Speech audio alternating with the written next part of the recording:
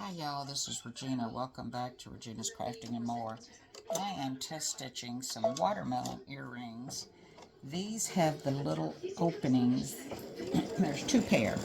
One that has the seeds. Let me cut this thread. So if you end up with a little tail on the top of your design, make sure you trim it immediately. These have little openings where the seeds would be stitched, so there's no black seeds on them. The other pair will have the black seeds stitched on them, and you'll have to do like you did with the stars, the patriotic freestanding lace earrings. If you're not familiar with that, look on my YouTube channel, and there's several videos for the patriotic earrings, and it shows you how to help minimize your thread tails so that you have a nice back and a nice front. So this is just getting started, and I will be back before it's completely finished. So just a little side note, one thing I've started doing is having the loop for your earrings stitch first thing or before the first color stitches, and it should be starting down at the bottom. That way it helps minimize the it helps minimize the possibility of you snipping a thread and having your earring loop mess up. So this is the same set, and I didn't snip the thread up here, but I accidentally snipped the thread up here because it started at the top. So now it starts down at the bottom, and I'm trying to do that with all my earrings now. So this is kind of, you can see the holes from the light. Okay, that's the pair that I'm stitching right now.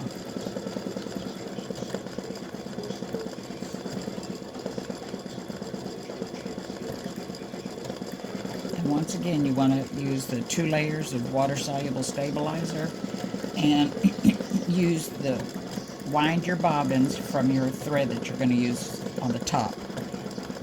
That way you'll get a good stitch out on front and back. Alright, so it's getting ready to stitch the satin stitch up at the top, and that's the last thing it does on these earrings for this color. And then you'll have to take it off and trim your threads and change your bobbin and your top thread. Alright, so since my threader isn't working and I don't want all this thread to be pulled to the back, even if your threader is working and you don't want to have that little knot on the back of your earrings, hold your thread. Okay, let it start. Let it take a few stitches, and then stop and trim that thread. And that way you don't end up with extra mess on the back of your earrings.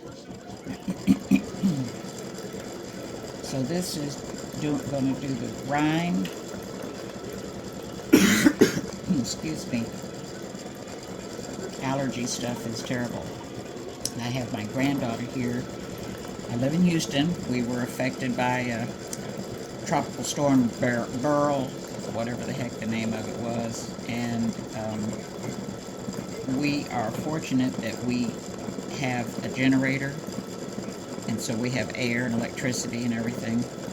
And her parents live in an area that electricity hasn't been restored, so she's been with us a couple of days because she's not feeling good from allergies.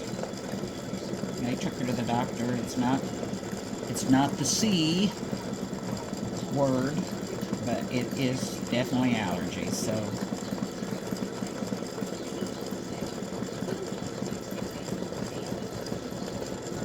alright, so it's just getting finished with the rind, and it's going to do a satin stitch on both sides of the rind.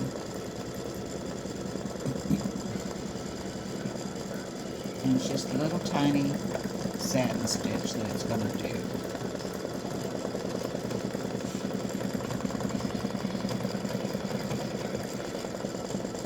Now the stitching time on this is 14 minutes, and that's at 600 stitches per minute on my machine. And here again, that's stitching time. Doesn't count your trimming your threads, you know, changing your threads, yada yada yada. So I'll let this finish, and then I'll finish this one off camera. I'll rinse these and come back. So stay tuned. Alright, so this is one set, and you can see the little holes in it. When it's rinsed out, you can see the light shining through those little holes. So I'm getting ready to go rinse these out. I'll be right back. Alright, so here are the earrings that I just finished stitching. I just put them on a paper towel and kind of pat. Don't rub. Just pat. And then change where they are and put it on a dry spot. And these paper towels can be used over and over again. Now I've got an iron on, so I'm just going to press, push down. Don't go like this.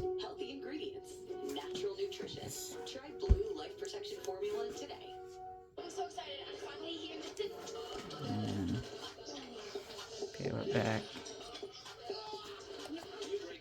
And gently take it off if it's sticking. Okay. And then lay it on something that it's not going to stick to. I'll just lay it on my mat for a minute. And I'm going to cover it up again and press it, because I'm doing a quick dry.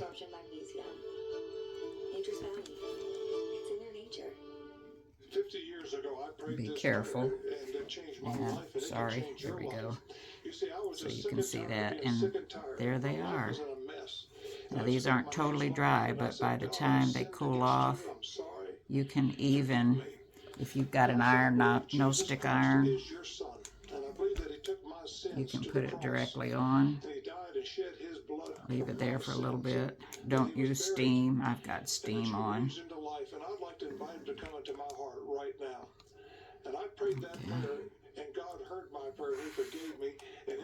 And there they are. Just pray this prayer. So say, God, I'm a sinner. I'm sorry. Forgive me. I believe Jesus is your son. And if I hold them up, can you see? You can see through there where the seeds would be. I want you to call right now that number that's on this screen. That one picked up a thread off of the off my wool mat. All right, I gotta trim that. Hang on. That might have been a run and stitch. Okay. So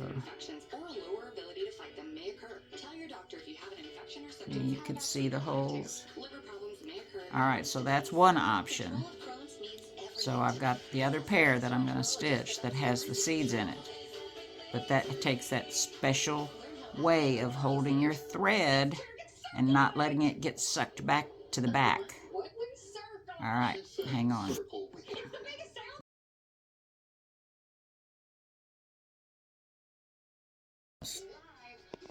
All right, so this is the same design that I just showed you, but it is the seeded watermelon with seeds, okay, that we're going to stitch.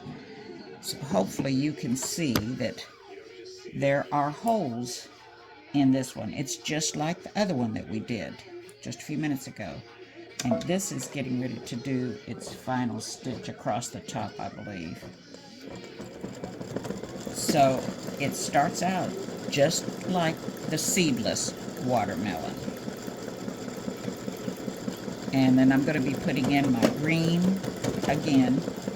And then I'll be back after the green is finished, and it'll be time for the seeds to be stitched.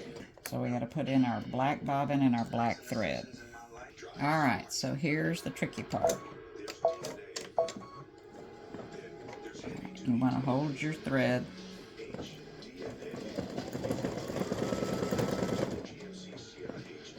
and stop it before it goes to the next hole. So I've spaced them out. Trim that thread. Hold that thread. If you don't, you end up with a mess on the back, because no telling what happens to that thread when you put it back there. Sometimes it stitches just fine, other times it loops around and makes a big mess. So just out of sheer curiosity, let's take this, and you have these tails. This one just happened to have one now. If you had let that other tail come in, this may have looped. It would have gotten stuck in that other hole. Then you just start a chain reaction. Okay.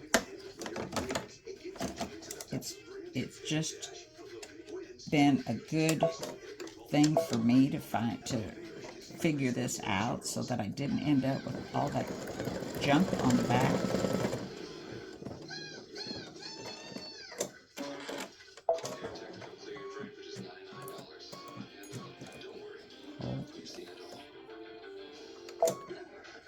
Hold that tail. So it jumps around, and it does take a little bit. There's quite a few seeds in this one.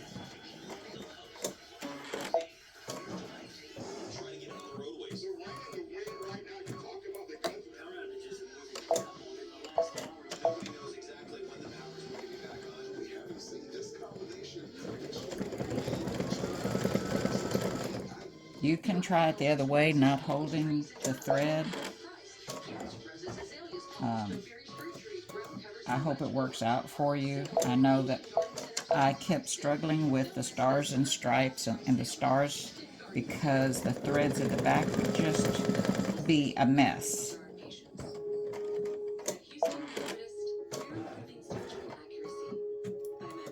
Okay, so it doesn't take that long to just hold that thread, and as soon as it starts to cut,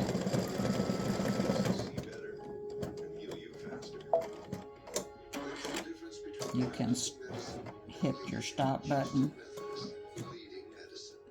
Okay. And go, you know. Just pull that thread out so that you can hang on to it. Now this pulled up the bobbin thread because I see it sticking up. And when you see that bobbin thread come up, you need to trim it off. So I'm holding the top thread and I'm trimming that bobbin. Okay. Now I could trim this once it gets started. So that's another thing you could do, is hold it, let it start, and then cut it. But if you wait till the end, then it leaves a little something something on the end of it. So I'm going to pull that since it's headed this way. Sorry, my hand's in the way. I just kind of go with the flow wherever that tail is.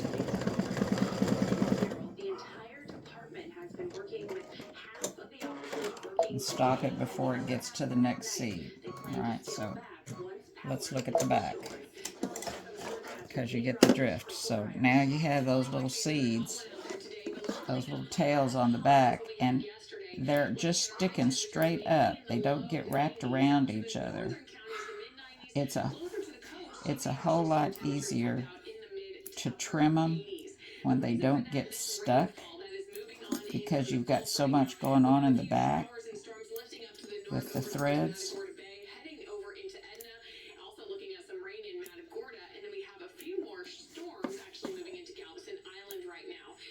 And I've got one little thread that got caught up, and just be careful when you grab. Oh, there it is. All right. So when it's wet, you can get to them and get it just a little bit more. But hey, let me put that light on it. See how easy that was? Where otherwise, if you just let those top threads get sucked back in there, it's a mess. And this just seems to work so well, and it doesn't take that much more time. So I'm going to finish this and I'll be back. Alright, so I'm just going to have you watch this just a little bit more. So as soon as it cuts, hit your start stop button. Pull that thread out of the way, snip it, grab this, let it stitch, because it's not that many stitches that it's taken, and there I've got a top thread. I mean that bobbin thread that pulled out, so I can just cut both of those now since I've stopped it. Sometimes that bobbin thread comes up, sometimes it doesn't. I guess if you hold your tongue just right.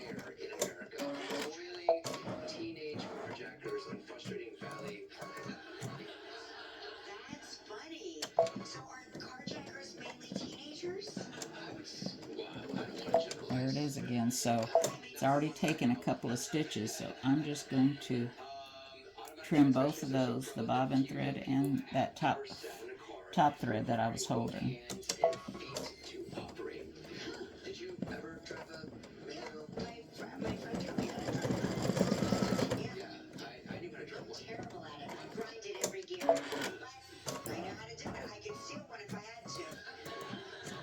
And you'll get in a rhythm.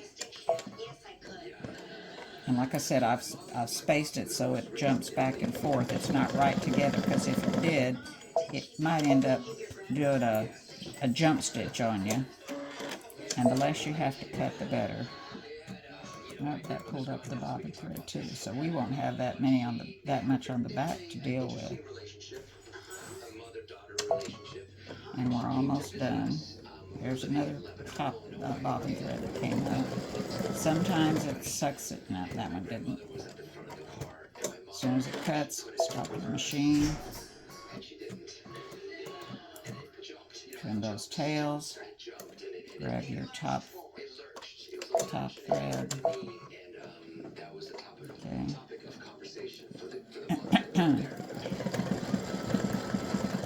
Now that time I didn't have a bobbin thread come up. Stop it. Oh yeah, I did have the bobbin thread came up and it made a little loop, so now I'll have to deal with that.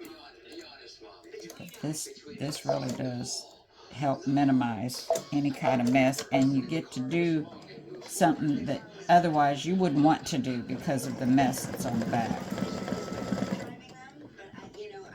And there's not that many seeds. Matter of fact, that's it. Alright, so let me take this off. So I have that little loop. You can't see it. I can. I'll end up trimming it. So look, that is nothing compared to what it would be like if we had been holding that top thread. And like I said, some of them, the bobbin thread actually came to the top. So this is, if you don't trust me and you want to just go ahead and let that thread get sucked back down, you may regret it. But these are so cute, I just couldn't resist. And since I discovered how to help minimize the back, look at that. Look at that.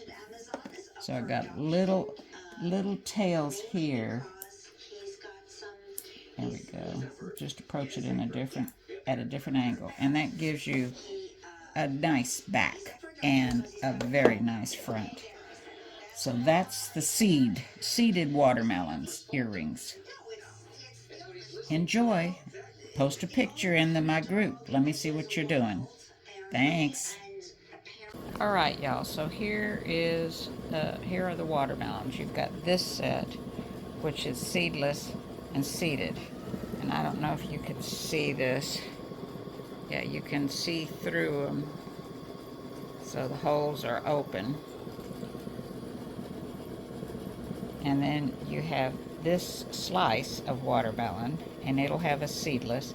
And then you have this set that has a bite taken out of it, and you'll have it in seedless. So that's 3 different sets, and each set comes with its own gift tag, you know, the larger of the design. And these will be done in the 4x4 hoop.